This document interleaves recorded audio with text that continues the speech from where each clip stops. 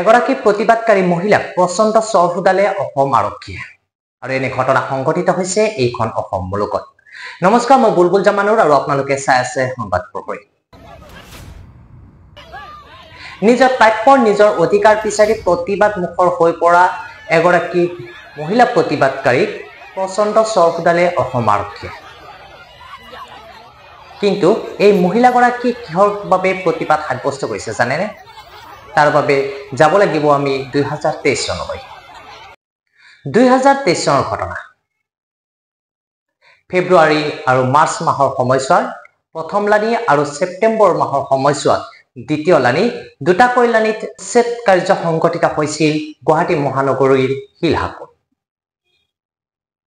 এই যে আপোনালোকে দেখা পায় গুৱাহাটী মহানগৰীৰ কৃত্ৰিম বান, এজাক বৰষুণ আহিলে গুৱাহাটী মহানগৰী প্ৰবল বানত উটি ভাহি যায়। এই গুৱাহাটী মহানগৰীৰ কৃত্ৰিম বান ৰোধৰ চলনাৰে শিলহাপু উচ্ছেদ কৰা হৈছিল। শিশু মহিলাৰ চকুলে কোনো গুৰুত্ব পোৱা নাছিল চৰকাৰৰ। দাৰিদ্ৰ লোকসকলৰ ঘৰ তছনছ কৰি দিয়া হৈছিল শিলহাপু উচ্ছেদৰ সময়ত। সেইসকল দৰিদ্ৰ লোকে আজিও তেওঁলোকৰ আলৈ অথানি অৱস্থা, পানীত হাঁহ নচৰা অৱস্থাৰ সৃষ্টি হৈ আছে সেইসকল দাৰিদ্ৰ লোকসকলৰ।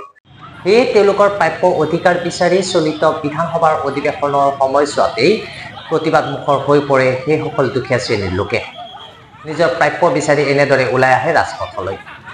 কিন্তু আৰক্ষীয়ে সেইসকল প্ৰতিবাদকাৰীক ৰুধিবলৈ চেষ্টা কৰে। কেৱল ৰুধিবলৈ চেষ্টা কৰাই নহয়, এগৰাকী প্ৰতিবাদকাৰী মহিলাক প্ৰচণ্ড চৰ ফুটায় অসম আৰক্ষীয়ে। অসম আৰক্ষীৰ এনে কাণ্ড সামাজিক মাধ্যমত বিভিন্নজনে বিভিন্ন ধৰণে সমালোচনা কৰা পৰিলক্ষিত হৈছে।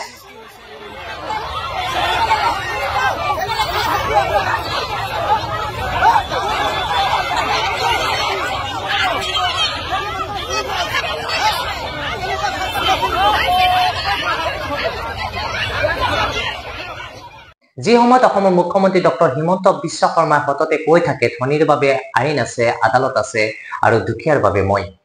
তেনে অৱস্থাত এইসকল দৰিদ্ৰ লোকসকলে আজিও বঞ্চিত ন্যায়ৰ পৰা।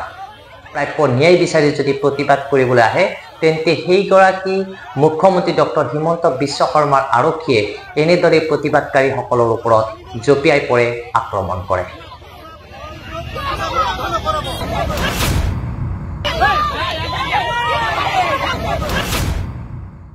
চাওক আৰু শুনক প্ৰতিবাদকাৰীসকলৰ দুৰ্দশাৰ অৱস্থা আৰু অসম আৰক্ষীয়ে প্ৰতিবাদকাৰীসকলৰ ওপৰত কেনেদৰে জঁপিয়াই পৰিছিল। মুখ্যমন্ত্ৰী ডাঙৰীয়া গুণ্ডা বাহিনী পুহি ৰাখিছে। কাৰণ আজি নিৰীহ জনতাই যদি প্ৰতিবাদ কৰিব নোৱাৰে গণতান্ত্ৰিকভাৱে, তাত যদি পুলিচৰ বৰ্বৰ অত্যাচাৰ চলে, মোক চৰিয়াইছে, মোৰ লগৰ সতীৰ্থৰ কাৰোবাক কাপোৰ ফালিছে, কাৰোবাক বুকুত ঘুচিয়াইছে আৰু মহিলা পুলিচে অত্যাচাৰ কৰিছে পুৰুষ পুলিচেও আমাৰ ওপৰত হাত দিছে। এতিয়া কথাটো হৈছে যে পুৰুষে ক'ত অধিকাৰ পালে মহিলাৰ ওপৰত হাত দিবলৈ। আৰু এতিয়া হিমন্ত বিশ্ব শৰ্মা ডাঙৰীয়াক এটাই কথা ক'ব বিচাৰো, আজি আমি 2.5 বছৰৰ পৰা আন্দোলন কৰি আছো, গণতান্ত্ৰিকভাৱে আন্দোলন কৰিছো, চচলতে প্ৰতিবাদ কৰি আছিলো। আজিলৈকে আমি ৰাস্তালৈ যোৱা নাই, কিন্তু আজি আমি 50খনতকৈও অধিক মেমৰেণ্ডাম দিলো। আমি আবেদন নিবেদন কৰি আছো যাতে আমাৰ লগত আলোচনা কৰক, কিন্তু আমাক উপলুঙা কৰে, আলোচনাৰ নামত আমাৰ লগত ভেঙুচালি কৰে। আৰু কি কৰে, এতিয়া যেতিয়া আমি কোনোটো ৰাস্তা দেখা নাপালো, আজি আমি ৰাস্তাত আমাক হিমন্ত বিশ্ব শৰ্মাই ডাঙৰীয়াই যাবলৈ বাধ্য কৰাইছে। কাৰণ তেওঁ খিলঞ্জীয়াৰ চৰকাৰ কয়, খিলঞ্জীয়াৰ কামকৰ্তা কয়। আজি চাওক, শিলহাকু পাৰত বসবাস কৰা মই মিচিং মানুহ হয়, ইয়াতে বড়ো মানুহ আছে, কছাৰী মানুহ আছে, থলুৱা খিলঞ্জীয়া মুছলিম মানুহ আছে। তেওঁ খিলঞ্জীয়াৰ কথা কয়, কিন্তু খিলঞ্জীয়াৰ কাৰণে তেওঁ মন্ত্ৰী হোৱা নাই, তেওঁ হৈছে পুঁজিপতিৰ কাৰণে। আজি শিলহাকুৰ বুকুত যদি টাটা জিঞ্জাৰ থিয় হৈ থাকিব পাৰে, আজি যদি এই শিলহাকুৰ বুকুত আইডেল শিল্পী থিয় হৈ থাকিব পাৰে, জয়ন্ত মল্লই বুন্দাজান পুতি যদি এই ৰাস্তা বনাব পাৰে, আমি কিয় থাকিব নোৱাৰো? আমি এক কথা 10 লেচাৰ মাটিৰ কাৰণে কিয় যুঁজিবলগীয়া আছে? আজি 2.5 বছৰৰ ওপৰত প্ৰতিবাদ কৰি আছো। হয়, আপোনালোকে দেখা পাব, আমাৰ লগত টানা আজোৰা আমাৰ বেনাৰ পৰ্যন্ত ফালি দিছে আৰু আমাৰ মহিলা যিখিনি আছিলে সতীৰ্থ, তেওঁলোকৰ কাপোৰ পৰ্যন্ত ফালি দিছে।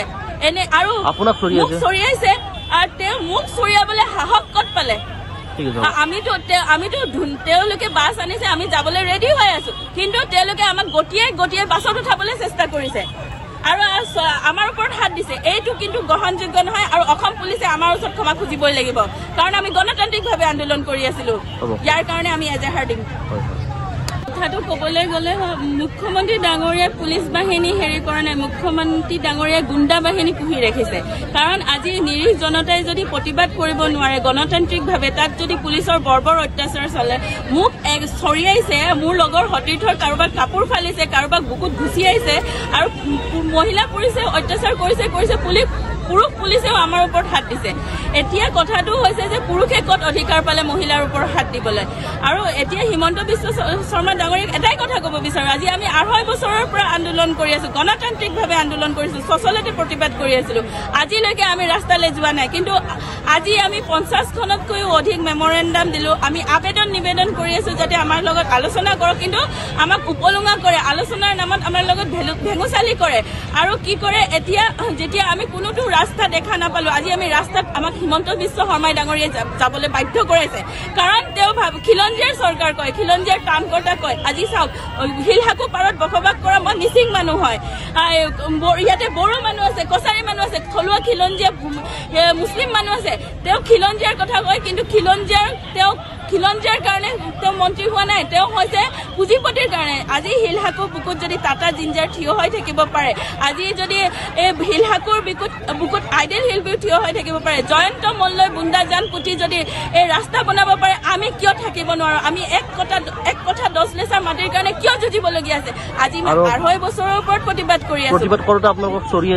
হয়, আপোনালোকে দেখা পাব, আমাৰ লগত টানা আজোৰা আমাৰ বেনাৰ পৰ্যন্ত ফালি দিছে, আৰু আমাৰ মহিলা যিখিনি আছিলে সতীৰ্থ, তেওঁলোকৰ কাপোৰ পৰ্যন্ত ফালি দিছে।